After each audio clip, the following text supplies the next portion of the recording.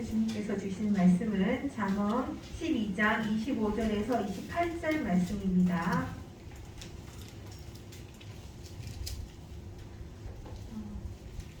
찾으셨으면 한 목소리로 주님의 말씀을 받들어 읽겠습니다. 근심이 사람의 마음에 있으면 그것으로 번뇌하게 되나 선한 말은 그것을 즐겁게 하느니라. 의인은 그 이웃의 이도자가 되나 악인의 소행은 자신을 미혹하느니라. 게으른 자는 그 잡을 것도 사냥하지 아니하나니 사람의 부귀는 부지런한 것이니라. 공의로운 길에 생명이 있나니 그 길에는 사망이 없느니라. 네, 오늘 유영 목사님께서 배우기 힘든 지식이라는 말씀으로 귀한 말씀 전해주시겠습니다. 감사합니다. 여러분, 주의 축복이 함께하는 귀한 날 되시길 바랍니다. 마지막 중간 예배나 오늘 말씀의 제목은 배우기 힘든 지식입니다. 배우기 힘든 지식 어떤 것일까요? 여러분들은 학교 다닐 때 제일 힘들었던 과목이 무엇인가요? 한 번요. 저는 수학이었는데 믿음과 소망과 사랑을 사랑했는데 수학은 사랑하지 못했습니다. 그래서 우리 애들도 똑같이 저를 따라가더라고요. 수학이 가장 어려웠던 것 같아요. 이제 제가 믿음 생활하면서 가장 배우기 힘든 지식에 대해서 말씀을 드리자면 제가 목회자로서 이제 지금 29년 사역을 하면서 느낀 거는 자기 자신에 대한 지식이 가장 배우기 힘들다고 저는 생각을 합니다. 만약에 예수 믿는 사람이 자기 자신에 대해서 잘 알고 잘 파악한다면 그 사람이 온전히 하나님의 군사로서 잘 감당할 수 있다고 생각합니다. 또 주의적으로 살아온 저의 길을 돌아보면서 가장 어려웠던 게 뭐냐면 내가 나 자신에 대해서 잘 몰라서 힘들었던 시간, 또 목회자로서 강단에 서서 늘 사역을 했지만 굉장히 방황하면서 그 시간을 보냈던 것 같습니다. 여러분들도 많은 오류를 범하면서 또 왜 그럴까 하면서 많은 의문을 갖고 살아갔을 텐데요. 사실 모든 것이 자기 자신에 대한 지식이 부족하기 때문에 사람은 그 방황이 계속되는 것입니다.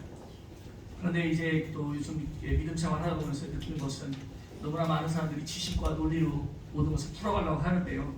잠깐의 즐거움은 줄지 모르지만 그러나 절대 성령의 감동만은 못합니다. 저런 랄랄라와 따따따를 믿은 바보예요. 어떤 사람들은 그렇게 방언으로 기도하는 걸 이상하게 생각하는데요. 성령으로 기도할 때 내 논리와 내 이론과 지식을 초월하는 것들이 있기 때문에 그것은 이런 말로 설명할 수 없습니다. 이 세상은요, 성령을 알지도 못하고 받지도 못합니다. 그리고 무엇인지 깨닫지도 못합니다. 하나님 안에는 그런 보화와 비밀 같은 것이 있습니다. 그런데 나 자신에 대해서 올바로 알 수 있는 이런 안목은 하나님의 빛이 비추어져야 합니다. 지혜라는 것은 경험이다. 그래서 경험이 그 부분에 충만 있는 사람이 전문가라고 합니다. 그러니까 그 부분에 경험이 많아서 그 사람이 전문가가 된 것이죠. 거기에 지혜가 많고 거기에 안목이 탁월하다고 할 수가 있습니다. 근데 우리가 하나님을 만난 경험이 부족할수록 자기 자신에 대해서 이해력이 떨어집니다. 그리고 내 성향이 어떤지, 내가 어떤 사람인지, 나에게 있는 좋은 점은 뭔지, 나쁜 점이 뭔지 정확히 알지 못하고 살아가기 때문에 공동체에서도 빛을 발하지 못하고 오히려 방해가 되는 존재가 될 수가 있습니다. 저는 이제 목사로서 항상 그걸 생각하는데 우리 교회 나오는 사람들이 얼마나 나 때문에 불편할까 그런 생각합니다. 그래서 우리 전도사님도 여기 있지만은 제가 주일학교 때부터 기타 가르쳤어요. 그리고 그렇게 해서 이제 우리 전도사님 됐는데 내가 늘 얘기하거든. 설교 짧게 해야 돼. 우리 말 듣는 사람들 너무 힘들으니까 짧게 해야 된다고. 꼭 필요한 얘기만 했는지 정확한 얘기를 했는지 혹시 이거 되게 마이크병이 빠지지 말라고 내가 항상 앞에 서면 말을 많이 하고 싶고 그렇기 때문에. 근데 자기 자신에 대해서 많이 절제하려면 항상 이 포인트가 필요합니다. 그건 뭐냐면 모든 게 내 것이 아니라는 생각을 정확하게 하고 있어야 돼요. 그게 명확하지 않으면 절대 자기가 보이지 않습니다. 지금 이 시간도 하나님께서 주신 것, 하나님께서 정하신 때까지, 하나님께서 내게 주신 순간까지, 그때까지만 이게 내 겁니다. 그래서 우리 주님을 만유의 주라고 하잖아요. 만유라는 것은 뭐죠? 이 우주에 존재하는 모든 것이에요. 이 존재하는 모든 것의 주인은 한 분이십니다. 절대 인간은요 어떤 것도 주인이 될 수가 없어요. 아무리 주식수를 늘려도 부동산 분수를 늘려도 사람이 이거 가져갈 수가 없습니다. 잠깐의 순간에 불과하기 때문입니다. 그리고 모든 것이 주께서 이제 지으셨고 주로 말미암고 주께로 돌아간다고 로마서에는 말씀하고 있죠. 로마서 11장 제가 좋아하는 말씀인데요. 한번 읽어드리고 이는 만물이 주에게서 나오고 주로 말미암고 주에게로 돌아갑니다. 그에게 영광이 세세 있을지어다. 아멘. 장례식 때 가서 설교를 할 때 가끔 이 말씀을 이제 읽으면서 가족들에게 복음을 전하기도 합니다. 주님께 다 나온 것이고 결국은 주님께 돌아가고 있기 때문에 모든 것은 하나님의 소유라고 생각하고 그렇게 해야지 정확하게 내가 지혜를 얻습니다. 때로는 여러분 그런 경우 없습니까? 지혜가 없어서 방황할 때 없으셨나요? 길을 못 찾아서 방황하지 않으셨나요?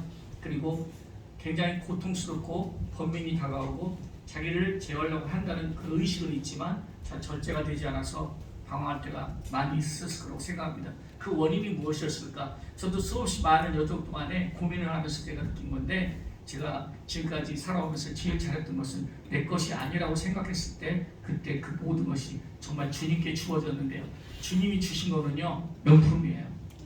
뭐든지 명품이에요. 주님이 주신 그 사랑 변하지 않습니다. 주님이 주신 관계, 주님이 주신 물질, 환경 모든 거 제가 30년 동안 변함이 없어요. 그러나 내가 만든 거는요 이게 바벨탑이더라고요. 중간에 다 소실되거나 유실되거나 또는 좋은 것이 다 이상하게 모든 게 꼬여버려요.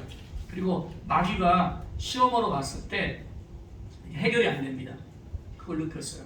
근데 하나님께서 되게 약속하시고 주신 것이 있는데 그때마다 철저히 내가 하나님의 것이라는 걸 구별했을 때 하나님이 주실 때까지 이걸 그냥 받지 않겠습니다라고 생각하고 미뤄뒀던 것들은 진짜 그것은 영구하더라고요. 한 번도 나를 배신한 적이 없어요. 그리고 하나님께서 정하신 때까지 생각해야 되는데 이게 잘 되지 않을 때는 곧바로 마귀의 시험이 다가와서 흔들리게 되더라고요. 그래서 내 손에 키가 있을 때 모든 것이 안 된다는 것을 깨달았습니다. 이 자신에 대한 지식은 바로 저는 그래서 내가 무엇인가를 쥐고 있을 때 나 자신을 못 보고 있다는 겁니다. 운전하면은 뭐가 있죠? 사각지대라는 게 있죠. 사각지대는 보이니까 굉장히 가까운 데 있어요. 가까운 데 있는데 안 보입니다. 우리말 속담에 등잔 밑이 어둡다는 말이 있죠. 바로 내 자신에 대해서 안 보이는 부분을 두려워하게 됐습니다. 제가 젊었을 때는요, 제가 굉장히 지혜롭다고 생각했어요. 30대 때만 해도. 두 번째는 제가 굉장히 선하다고 생각했습니다. 괜찮은 사람인 것 같아요. 제가 볼 때는 기도도 많이 하고 또 교회 일할 때 굉장히 자신도 막 많았어요. 그래서 오늘 내가 전도 신방 나가면 내 얼굴만 비치면 바로 교회 나온다. 그래서 방문하고 정말 대기록도 선 적이 있습니다. 하루에 5명 방문해서 다 교회 나오시게 된 거예요. 나오게 되었고, 그러니까 자신감이 넘쳐났어요. 우리 교회 우리 노은정 전도사님 계시지만 방문한 딱 첫날 막 이제 은혜 받고 교회 나오셔서 주의 종을 헌신할 거예요. 근데 그런 것들이 굉장히 자만이 됐습니다. 그런데 시간이 지나니까 성경 말씀이 이제 깊이 하나 들어오는 게 스스로 지혜롭게 여기지 말고 악에서 떠나며 하나님을 경외하라는 말씀이죠. 그런데 이제 사람에 대해서 생각해 보니 이제 점점점 하나님을 경외하고 하나님을 알아갈수록 두려워지는 것은 내가 얼마나 어리석은 인간인가 이런 생각을 하게 됐습니다. 그러면서는 안정감이 찾아오더라고요. 옛날에는 그런 걸 생각하지 못했는데 내가 진짜 어리석구나. 여러분 오늘 비가 이따가 몇 시에 올까요? 몇 시쯤? 몇 미리? 제가 자동차 타고 갈 텐데 제 차 지붕위로 몇 미리 정도 내릴 수 있을까요? 모르실 거예요.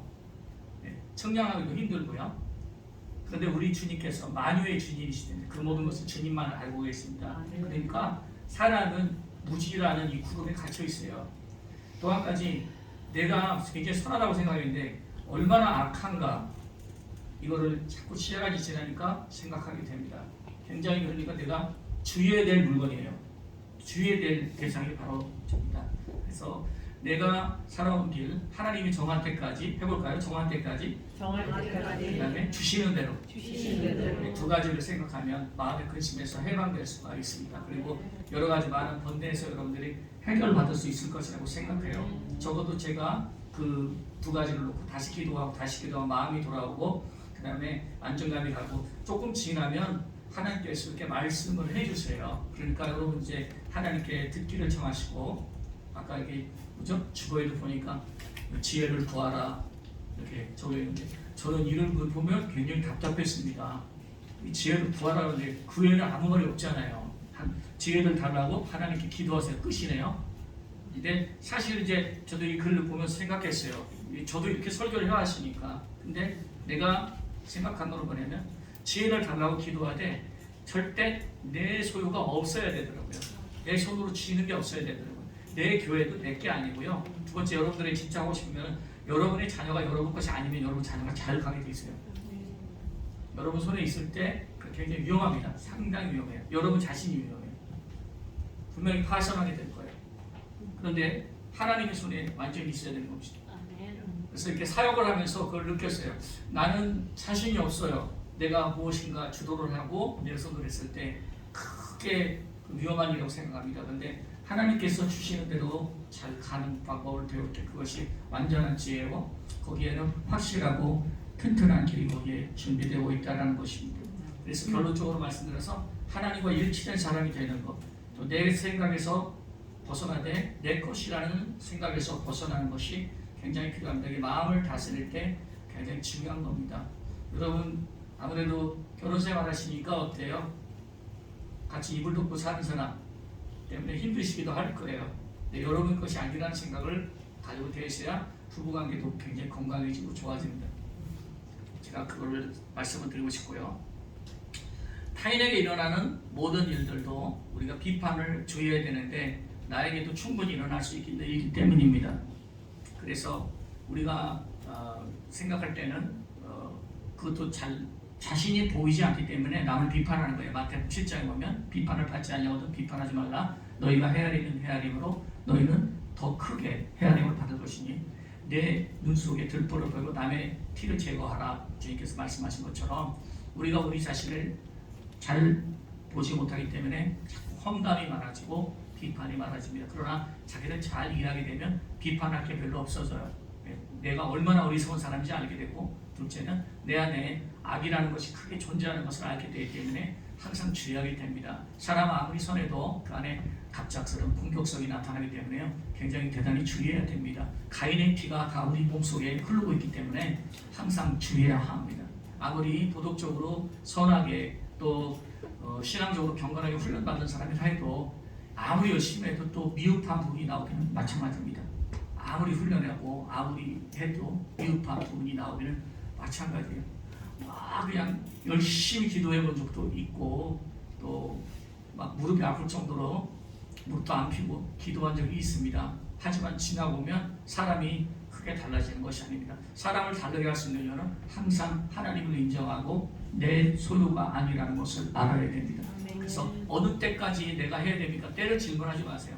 하나님께서 정하신 때까지 여러분들은 그때 때에 대해서 생각하시면 되고 두 번째는 언제든지 하나님의 소유이기 때문에 여러분이 소유에서 벗어나려고 노력을 해야 됩니다. 어떤 자리에 있든지 엄마의 위치든지 저는 목사로서 목사의 위치든지 선생님은 선생님의 위치든지 누구든지 그런 자세를 잘 가지고 있어야 자기에 대한 지각이 밝아져서 하나님의 순탄한 인도를 받게 되는 것입니다. 사람은 쉽고 넓은 길만 찾는 경향이 강합니다. 그리고 우리의 믿음 생활 하지만 항상 우리가요 획득하기에 바빠요. 자세히 보면 우리의 기도나 또 목사님 저도 마찬가지입니다. 획득하기에 바빠요.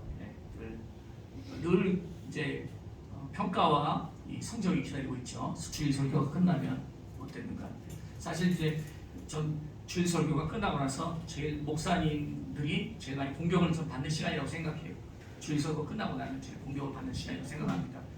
그때 되면은 자기가 해왔던 하나님의 말씀과 사역에 대해서 되게 진정한 평가가 이루어지게 되는데 제일 중요한 것은 내 소유가 아니라는 것에 확신이 있어야 그 다음에 그 마귀가 더 이상 공격할 수가 없다는 것을 깨달았어요. 사랑하시는 여러분, 하나님은 누군가를 우리가 사랑하고 또 그다음에 우리 자신의 소유에서 벗어나기를 바라시고 계시기 때문에요. 항상 우리가 외적으로는 선하되 나누고 베풀기를 바라시고 계시고 자기의 소유에서 모든 것이 벗어나서 항상 하나님의 완전한 소유가 되기를 원하신다는 것입니다. 사람이 자기가 지려고 했던 것만큼 고난을 만나게 되어 있습니다.